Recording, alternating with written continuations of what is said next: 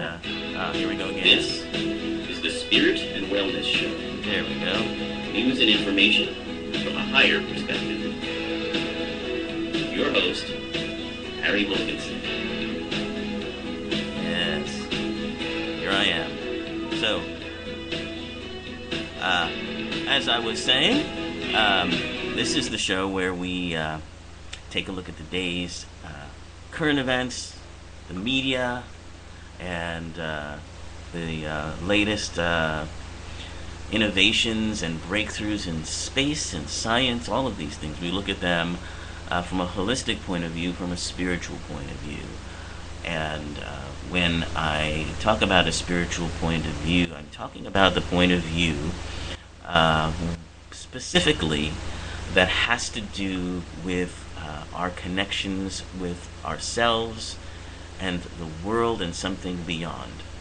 This is not particularly a traditional view of religion or belief in God.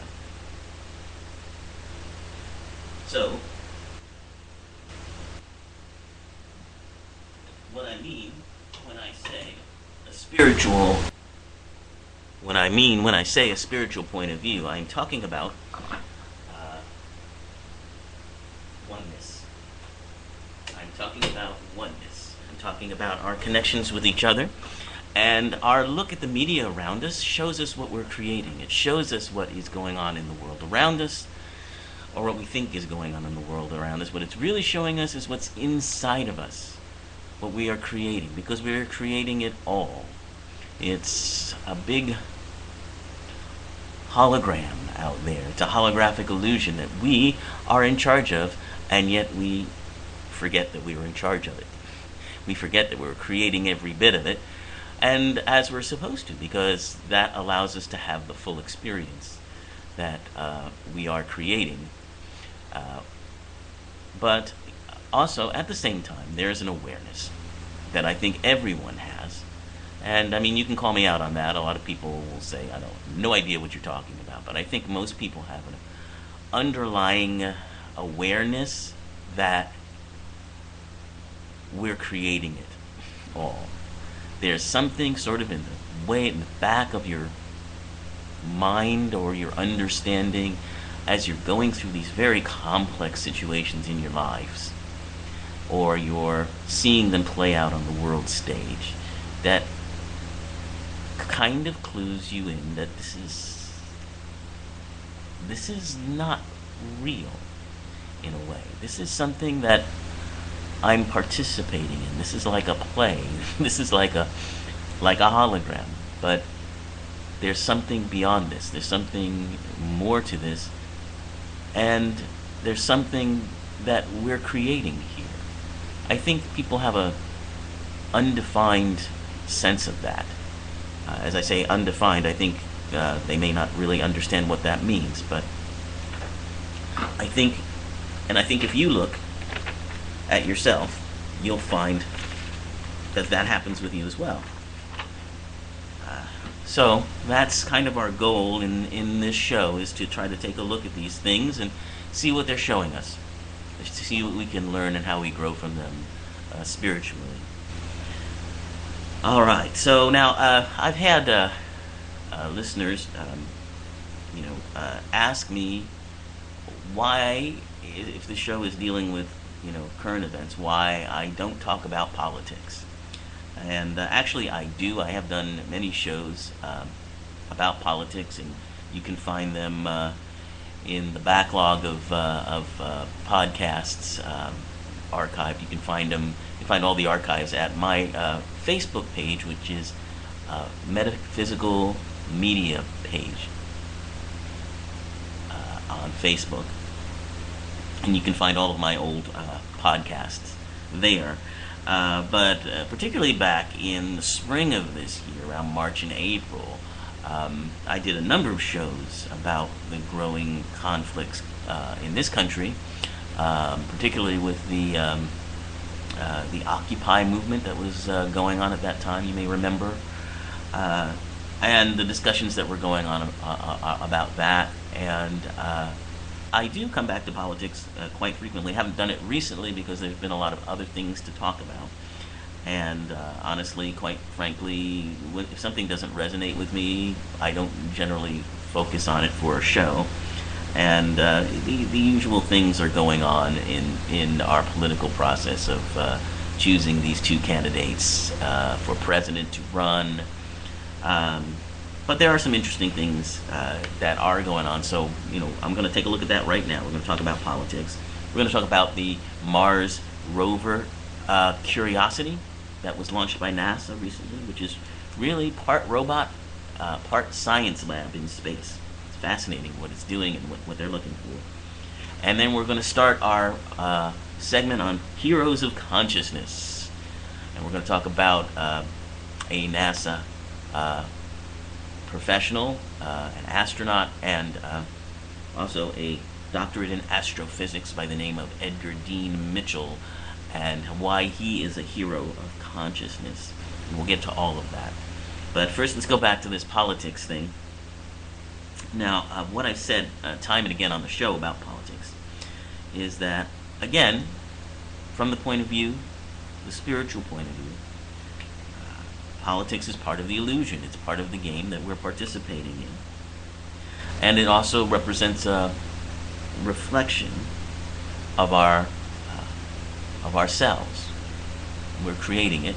So we create a Mitt Romney, we create a Barack Obama. They represent things to us, but they're also part of our drama that we're creating. Now, the old meme that you shouldn't really, in mixed company or in, to keep conversation pleasant, you try to avoid religion and politics. And there's a good reason for that. I mean, the reason for that is that religion and politics are a lot alike. I mean, religion and politics are made up of deeply held beliefs that are so deeply held that if they are threatened in any way, and people become agitated, people become angry, and they will fight for their particular belief system. And more in politics, particularly, these deeply held political beliefs are the same as these deeply held religious beliefs. And what they go to do is to separate us. Religion, and this is what I also say an awful lot on this program, religion and spirituality are not the same. In fact, they are in many instances at odds with each other and polar opposites. Religion is made up of these very deeply held beliefs, and just like any one of the political parties, any one of the religions will tell you, particularly the newer religions, which, when I say newer, I'm talking about the Judeo-Christian tradition, the Muslim and Islamic traditions. They're all relatively new in the scheme of religious belief systems. But in any case, the idea, the impetus behind belief systems like this are, this is the way, this is the true way, true light. This is the way to get to heaven or wherever it is you want to go. This is the right way. And if you don't follow that way, you are wrong. Now, as far as religion goes, I mean, the more generous religions will say, well, if you don't follow our way, you're wrong. But we hope you come around. This is our way. We know we're right. Eventually, we think you're going to catch on to this and follow us the way we go. And of course, the more fundamentalist side of religions, of course, are very strict and have a whole scheme of horrible things that will happen to you if you don't do or follow the beliefs that they have. And politics, very much the same thing. Democrats, very much believe in certain ideas. Um, for instance, the whole debate now in the news about Medicare. That's a very prominent belief that Democrats have. The Democratic Party was responsible for creating Medicare, and it's a cherished institution for them, as it is for many people. Republicans, not so much. So again, you have these sort of entrenched beliefs.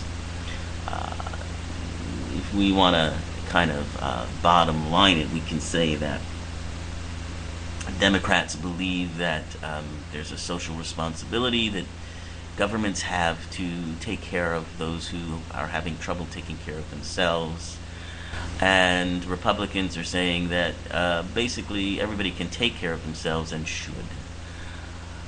So that's basically probably at the core of most of these things. There are other more complex attitudes, and it's quite understandable in some of these things why these beliefs are entrenched and why they separate us. If you are an elderly person or about to retire, and all of this talk of Medicare changing after you put all your money into it for all these years can be quite disturbing. That's certainly understandable because it creates fear, anxiety, and uncertainty about what is going to happen, to your future. If you are a gay man or woman and you hear all of this talk about being denied rights to be married and all of the benefits that come from the recognition of your union, it's understandable that that would be upsetting to you and something that you feel is worth standing up for. There's a difference, between standing up for things that you think are important and becoming entrenched in them.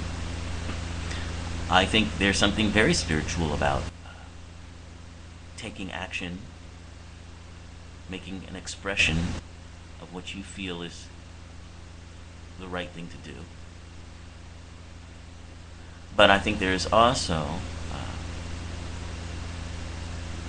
the danger of becoming so attached to your beliefs that that's all that you see, that you are unable to see other points of view, or you're very dismissive of them, or as I've said with religion, your way is right and everybody else is wrong. And depending on how strict you're going to be about that, you may have tolerance for the wrongness of others, or you may excoriate the wrongness of others. But it all adds up to the same thing. I'm right, you're wrong. So that is why we naturally will be separated by religion and politics. As I've said, spirituality is something different. Spirituality is about recognizing our connection, our oneness. It's a complete antithesis to separation, and therefore it's the complete antithesis, in many ways, to religion. So, from a spiritual perspective, to talk about politics now, I've mentioned some specific issues. We're not going to get into them too much today. But what I would put out to you would be a question. And the question is, what would you be if you let go of your most cherished beliefs? And I'm talking politically now, but they can be other beliefs as well. If you see yourself as, defined by your beliefs, perhaps you're seeing a false picture of yourself. Because are your beliefs all that you are? And the best way to find that out is to think about what would you be without them. If you tossed aside all your beliefs, and take a moment to do that. I mean, just forget your beliefs. Toss them aside. You can always gather them back together again, but just think about what you would be without them. How would you feel if you didn't believe in all of these things that you believe in, whatever they are? Who would you be? And if you can't imagine yourself without these beliefs, that's an indication of how entrenched you are in them. Because we are more than a set of beliefs. We are more than that. And in fact, we are every side of every belief system that there is. Here's a good way to, contemplate and approach that. Do what we used to do in debate class. If you've ever taken a debate class in school, they have you approach one side of an argument, and then the next day, argue for the other side.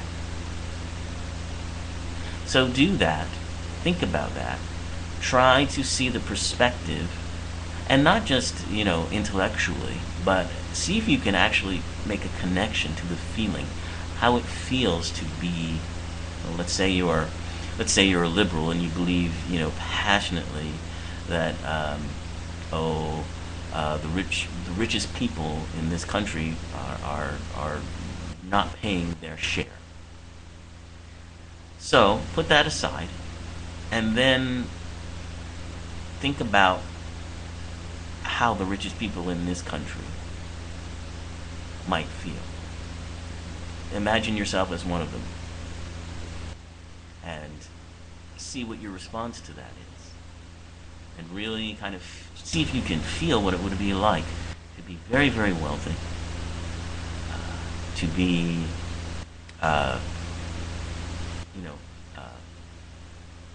criticized for having that wealth, and so on. That is the best way to approach these sorts of things. Being one, whenever we make a stand or belief about something, whenever we are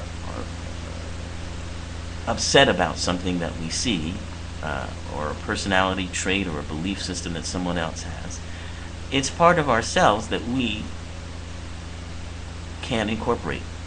It's part of ourselves we've rejected, and we've created a persona to represent that for us. So, if you can, do a meditation of sorts on that.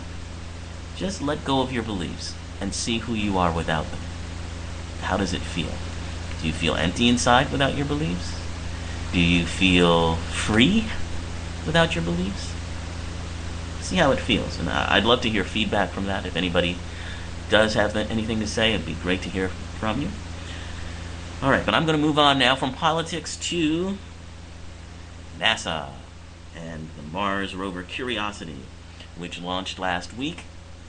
It's the largest effort in that direction that we've had in many years from our science department there. Curiosity, I'm sure you've heard about, but in case you might not really understand the depth and scope of it, this is a large robotic rover that contains at least 3 or 4 mini science labs, and these labs are very, very complex. These are essentially labs that you would find in a research university, just kind of miniaturized and put on board this robot, and it dwarfs all previous landing missions that NASA has undertaken ever. It's a behemoth. It's huge, this thing. It's about 100 times more massive than the first robot rover that NASA sent, which was back in 1997. 100 times bigger. And what it's doing is traveling around the foothills of Mount Sharp which is a mountain in Mars. And it's looking at the rocks, it's looking at the environment, and it's actually sending lasers through them, looking with high resolution cameras through boulders and such. And what they're looking for is signs of microbial life. So if this rover senses something interesting coming from, let's say, a rock on Mars, it has a long arm with a microscope and an X-ray spectrometer. We'll take a closer look at what's inside that rock, and it can also drill into boulders and deliver samples that can then be analyzed. It's getting deep down into the rocks and the very heart of this planet to look for what they call microbial life. And they're also looking for signs of something that reflects the early era of Mars that scientists call the Noachian period. And that means a time when there was water on Mars. And they're looking for signs of that because water means signs of life. But here's my question, and I think it's great and it's a very exciting thing to think about and talk about. But the idea of life being on Mars, and I guess it comes from my holistic look at life, which is similar, if you will, to the Native American concept of web of life, that everything is alive. Everything has life. Even things we think of as inanimate objects, rocks and trees and so forth, there's life in them, certainly. And so, when we ask the question, is there life on Mars, shouldn't we understand that Mars itself is life, is a living thing? So if it still is active and exists and moves around the universe, it's alive. So Mars is life. And where there's life, there tends to be more of it. So it seems like we could answer that question without sending all the hardware, but certainly the hardware is a fun part of the hologram and an exciting drama to take part in. So I think many of us are looking forward to seeing what these expeditions will uncover for us via rover Curiosity. So, all right, we've covered that. Now, and I'll be also giving updates on that as they come along. Anything I find out, again, we'll talk about on this show. Just about anything is fair game for the Spirit and Wellness Show. Although I do try to talk about healing and that sort of thing, and we'll get to that. But today I'm starting a new segment of our show that I like to call Heroes of Consciousness. And what I mean by Heroes of Consciousness are a group of scientists that have been making incredible breakthroughs in the area of consciousness research, understanding what human consciousness is and how it works and what it means. And these scientists are often, although they're doing strenuous and very scientifically valued work, because what they are studying and what they are finding goes against the traditional viewpoint, the traditional scientific viewpoint. A lot of traditional scientists have a very hard time listening or hearing to what they're doing.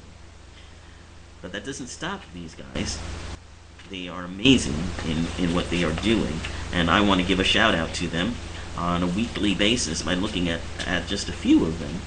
And I'm getting a bit of this material from a book which, if you're interested in studying consciousness research, is terrific. It's by Lynne, Lynne McTaggart, and it's called The Field, The Quest for the Secret Force of the Universe. And a lot of these guys are here, but they come from a lot of different sources as well, so I'll try to keep you updated on the sources that I have. But basically, this research is showing a drastic change in how we view life. And these are the people who are largely responsible for our greater understanding. Just briefly here, and this is coming from this book, The Field, that I mentioned. This is the old way of thinking. The human being is a survival machine, largely powered by chemicals and genetic coding. The brain is a discrete organ and the home of consciousness, which is also driven by chemistry. The communication of cells and the coding of DNA, that's all chemical, according to our old way of believing. Man is essentially isolated from the world, and his mind is isolated from his body. Time and space are finite, universal orders. Nothing travels faster than the speed of light. So, here is the changing viewpoint that these heroes of consciousness are bringing to the fore. The communication of the world did not occur in the visible realm of Newton, but in the subatomic world of Heisenberg. Cells and DNA communicated through frequencies, not chemicals. The brain perceived and made its own record of the world in pulsating waves. A substructure underpins the universe that is essentially a recording mechanism of everything, providing a means for everything to communicate with everything else. In other words, everything's all connected. People are indivisible from their environment. Living consciousness is not an isolated entity. It increases order in the rest of the world. The consciousness of human beings has incredible powers to heal ourselves, to heal the world, in a sense, to make it as we wish it to be, to create the hologram we want. I threw that last part in. That's what these guys are all about. So I'm going to talk about NASA pilot, astronaut, and the sixth guy to walk on the moon, and his name was Edgar Dean Mitchell. Besides being an astronaut, he had a great interest in the paranormal and psychic research, particularly that developed by Dr. Joseph Rhine, which you may remember. He created those cards that he did all of those psychic experiments where he'd have people in different parts of a room pick up on the different cards, the wavy cards and the circle and so forth. What happened to Edgar Mitchell was that he had an experience while he was in space on Apollo 14, in which he felt himself at one with all that is. This kind of experience is an Eastern religious experience that is also known as let me see if I can pronounce this correctly, Salvakalpa. And that is the state when one lets go of ego and becomes aware of spirit beyond creation. One's consciousness temporarily dissolves into all that is. And he felt this connection. He felt connected to it all. And next week, we're going to talk more about this man and his work. But till then, I'd like to wish you